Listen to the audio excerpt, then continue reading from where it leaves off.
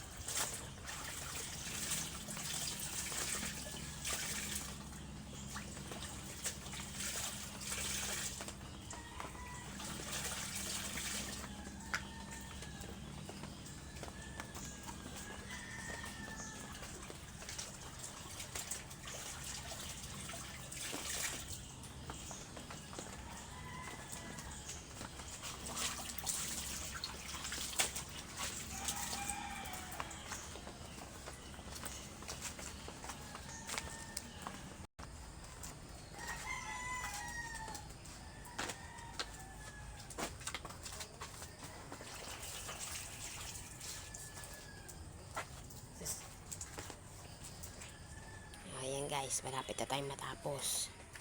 Ito na lang, oh. Mga shirt na lang yan. Tapos tayo dito sa puti. Yan, puti. Saka, saan ba yung ano ko? Yun, nandun. Yun, yung aking mga decolor na damit ng mga anak ko. Tapos na. Kaya, nandito tayo sa mga t-shirt ng mga mag-ama kong lalaki. Yan yung nakababad sa downy. Kaya ang huli natin, ito naman. Nasa shirt na tayo. Malapit na tayo matapos, guys. Let's go!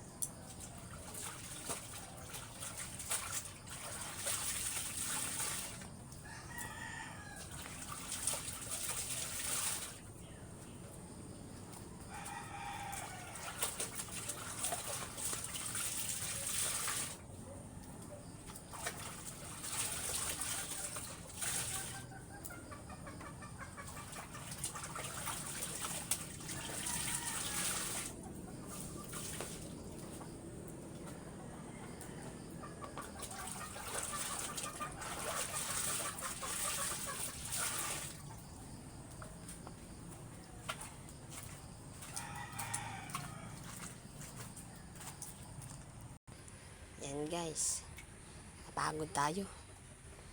Yan na, bote. Tapos na tayo, saka na umano na naman yung ambon. Ayan guys, tapos na tayo. Tapos na tayo sa ating gawain. Kaso may gagawin pa tayo. Naku po, ang dami natin gagawin. Nagugutom na ako guys. Tayo hindi pa nag-aalmusal. Umagang umaga, wala pang almusal. Umaga ako, ano muna ako dito sa labas kanina. Anong oras na? Hindi pa tayo kumakain. Kaya nararamdaman ko na yung gutom dahil sa trabaho natin ginawa ngayon. Sa tinapos nating laban-lawin, ang dami-dami. Kaya natapos na natin to. Tayo'y magkain muna tayo guys, saka natin to ayusin uli kasi mamaya pong hapon makikidryer tayo sa biyanan ko. Yung asawa ko ang magdadryer kasi sinabi niya na guys, siya ang magdadryer mamayang hapon. Kasi andun pa sa may baba, madulas kasi ako, dala-dala ko pa yung mga balawin ko, madulas ako, sayang lang pagbanlaw ko. Yan guys, kaya mamaya hapon na natin yan maisasampay. Pero pag nagising naman yung mama ko, baka yung iba dyan ko i-dryer. Kasi ang importante sa akin dyan yung uniform ng asawa ko, pantalon niya, yan ang importante sa kanya. Tsaka yung ginagamit niya pang araw-araw. Yan.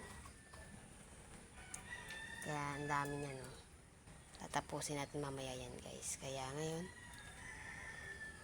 muna tayo. Parang gusto kong magkape, guys. Let's go. Ayan, guys. Kahit anong oras na, kakain pa rin tayo. Kahit magtatanghali na. Kasi mamaya pa tayo magkakain. Ito po yung tinapay na binili namin mag-ina sa taas.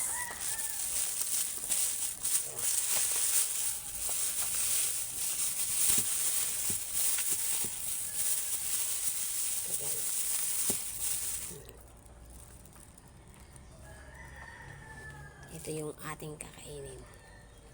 Kasi nagugutom na ako. Alam niyo naman yung ginawa ko kanina. Ang dami.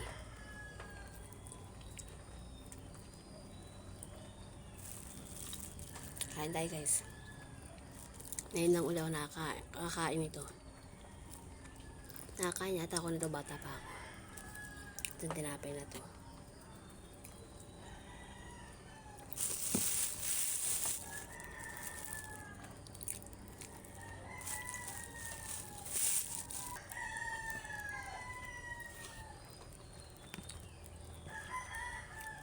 Kape tayo guys. Bungi na yung baso ko. Nabungi siya. Sabi nila, bawal na lang kumawit na may basag. Kaso naman ang hinayang naman ako itapon to. Puo pa naman kasi siya.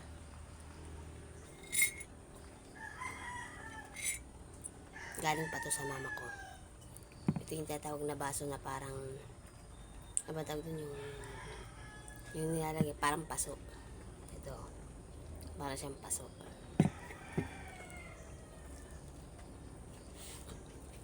Yan ang hinayang ako guys ay tapon.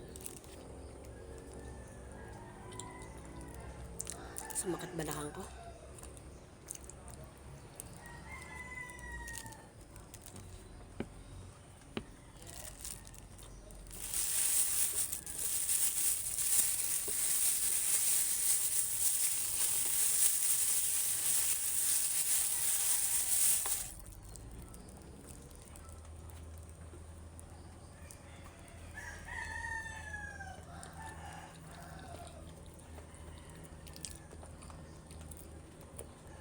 Yung anong oras na nagtitilaukan pa yung mga manok.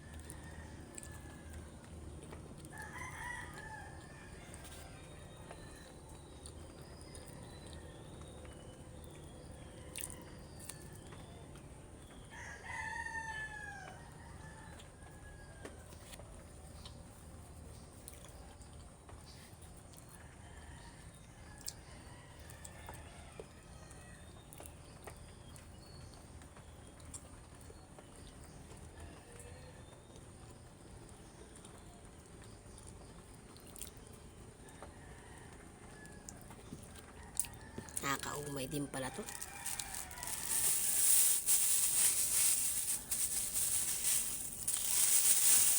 Parang ano na to, pang merienda na ng mga anak ko. Mamaya. Mahilig kasi magnguya-nguya yun. Merienda nila yan.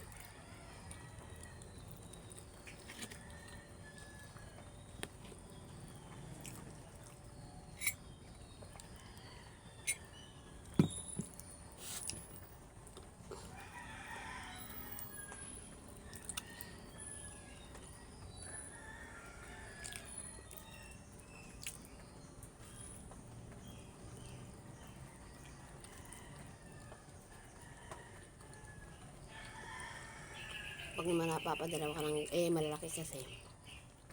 Pag nakakadalawa ka na, nakakaumay. Parang mas gugustuhin ko pang magkanin.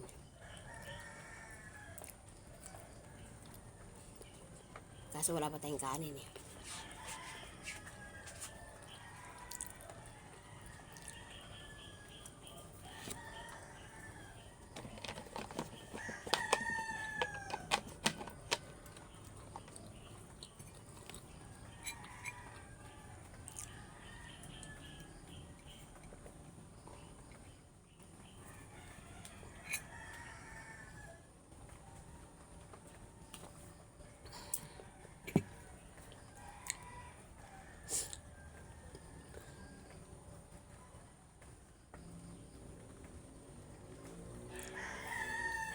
Let's go.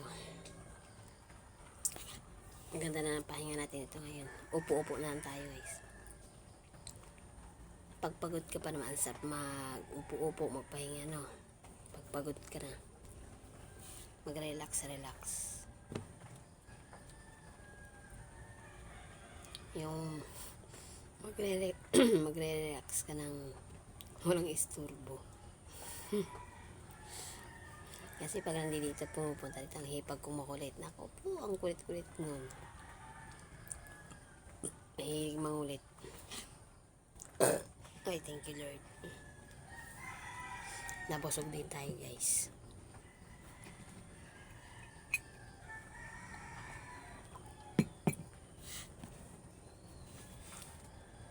Ayan guys. Basa kasi ako. At pag nagbabanlaw tayo, naglalaba tayo, pati tayo basa. Ayan, hanggang dito na lang guys.